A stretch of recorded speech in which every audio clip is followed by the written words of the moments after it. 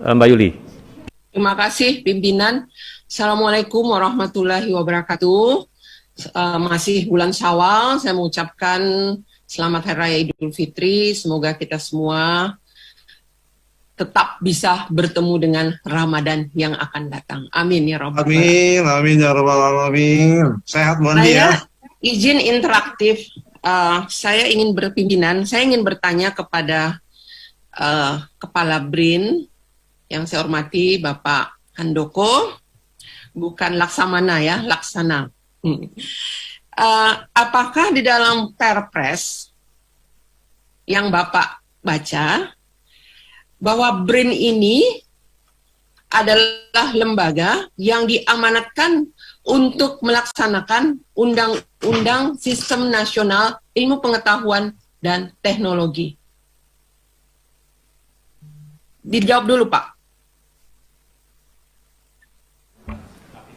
Ya, terima kasih Bu Andi. Kalau yang saya pahami dari isi Undang-Undang 11 2019 serta Perpres itu kurang lebih seperti itu, Bu. Karena kalau saya baca, sebenarnya hanya di konsideran Undang-Undang Sistem Siptek. Jadi Perpres ini hanya karena ini punya peluang digugat BRIN ini. Karena sebenarnya dasar pembentukannya atau Perpres ini tidak mengamanahkan bahwa BRIN adalah sebagai pelaksana Undang-Undang Sistem Nasional Iptek. Kenapa seperti itu? Karena kalau hanya melebur LIPI BPPT ke dalam BRIN, padahal kalau saya baca Pak sejarahnya LIPI, mulai dari zaman Belanda, kemudian tahun 1956, kemudian tahun 1962 ada undang-undangnya pembentukan LIPI, kemudian LIPI begitu banyak membuat MOU kerjasama mendapatkan dana hibah riset dari pihak-pihak perguruan tinggi luar negeri maupun lembaga penyandang dana riset luar negeri. Saya nggak yakin dengan adanya BRIN ini, lembaga-lembaga luar negeri itu akan mau bekerja sama dengan BRIN seperti mereka bekerja sama dan memberikan dana kepada LIPI sebelumnya. Sedih sekali sebenarnya. Karena kalau dari paparan BRIN tadi, sebenarnya sejarahnya kenapa ada pasal 48 itu bukan mengintegrasikan melebur BPPT dan LIPI. Justru idealnya yang terbayang BPPT dan LIPI semakin kuat menjalankan program-program dari Litbang. Jadi sejarahnya itu adalah adanya 24 triliun di lembaga-lembaga Litbang, kementerian, yang mereka sebenarnya termasuk di Kementerian SDM yang nggak jelas itu Litbangnya, melaksanakan kegiatan yang inilah yang sebenarnya harus ditarik, dikoordinasikan oleh BRIN, ya. Jadi BRIN sebagai lembaga yang mengkoordinasikan, oke, dilaksanakan oleh lembaga riset ini, yang dilakukan misalnya riset pertanian, dilakukan oleh BPPT juga, oleh LIPI juga. Itu idealnya ketika kita membentuk undang-undang itu pikiran saya.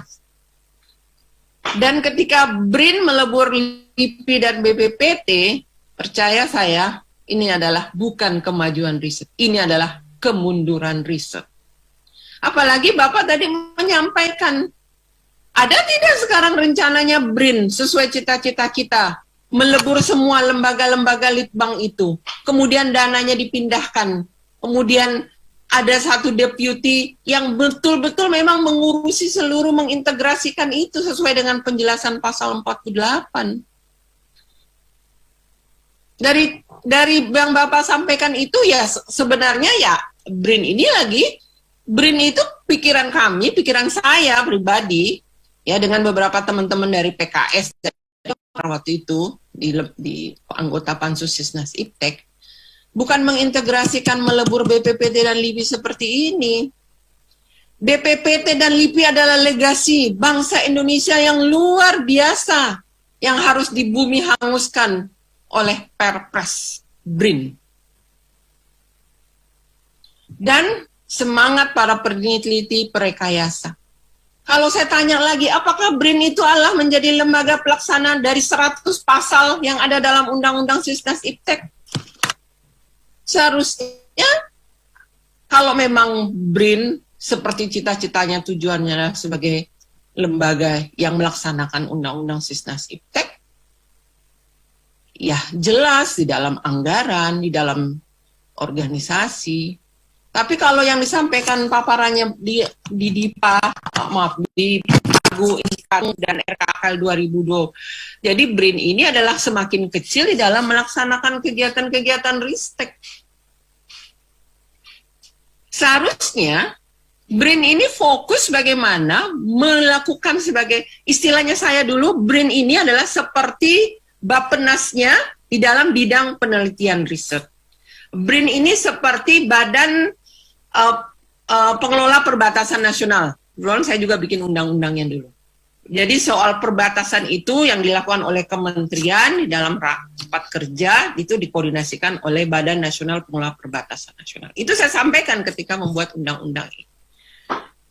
Ketika BRIN menjadi seperti ini, ya, dan tidak ada kelihatan bahwa dia akan melakukan koordinasi dalam bidang perencanaan di litbang-litbang kementerian, yang seharusnya itu adalah ide dasar pasal 48 itu. Yang 24 triliun kita memanggil Kementerian Menpan waktu itu menyebut angka ada 24 triliun di litbang-litbang kementerian yang ingin menjadi tugasnya BRIN. BRIN itu bukan menjadi lembaga pelaksana. Karena idenya, seperti saya katakan, idenya itu seperti Bappenas dan seperti Badan Nasional Pengelola Perbatasan Nasional. Itu saya sampaikan di dalam penjelasan pasal. Nah, ya oke, sudah jadi perpresnya. Walaupun sebenarnya kalau perpres ini ingin digugat, itu peluangnya, analisa hukumnya banyak sekali, saya sudah temukan. Tapi ya sudahlah, apa yang diinginkan sudah terjadi. Tapi saya nggak yakin bahwa riset kita akan semakin maju. Bapak sebagai kepala LIPI, belajar sejarah LIPI, luar biasa LIPI didirikan. Sampai ada majelis riset tahun 1960. Dan LIPI menjadi semakin kecil. Dan kita tidak akan pernah dipercaya lagi riset kita oleh penyandang dana luar negeri. Akan buktikan perkataan saya. Kedua, seharusnya BRIN ini cobalah mengintegrasikan sesuai dengan pasal 48, mengintegrasikan, bukan mengintegrasikan lembaga, mengintegrasikan perencanaan. Jelas penjelasan pasal 48 itu. Perencanaan yang ada di litbang dan Perpres 33 kalau kita gunakan ini juga harus dibicarakan. Dan juga disebutkan dalam Perpres ini ada waktu 2 tahun, Pak. Oke, mungkin sekarang belum kelihatan, tapi 2 tahun ini PR buat BRIN adalah bagaimana litbang-litbang di kementerian itu diintegrasikan supaya tidak tumpang tindih. Kemudian pelaksananya tetap adalah prekayasa-prekayasa yang ada di BPPT, peneliti yang ada di LIPI. Karena contohnya, latar belakang LIPI didirikan itu kan sejarahnya panjang sekali dan menarik kalau kita belajar sejarahnya LIPI. Sehingga LIPI itu di dalam pikiran saya ketika membuat undang-undang itu dia akan fokus pada invention. Makanya tadi cocok juga sih paparannya ya, tanaman langka ini. Penelitian-penelitian yang mulai dasar ya. Dan kemudian dalam Undang-Undang Sisnas Iptek itu kan disebut audit dan clearing teknologi dan itulah dasar pembentukan BPPT. Untuk melakukan audit dan clearing teknologi. Kemudian belum lagi pasal-pasal yang terkait dengan misalnya wajib serah, wajib simpan dan kemudian kebijakan berlandasan ilmu pengetahuan dan termasuk etika wajib serah, wajib simpan. Ini lembaga siapa nih nanti yang punya mengkoordinasikan pelaksanaan bab 5 di dalam Undang-Undang Sisnas Iptek? Jadi, tolonglah mungkin nggak usah terburu-buru, ya, melebur LIPI dan BPPT, ya, karena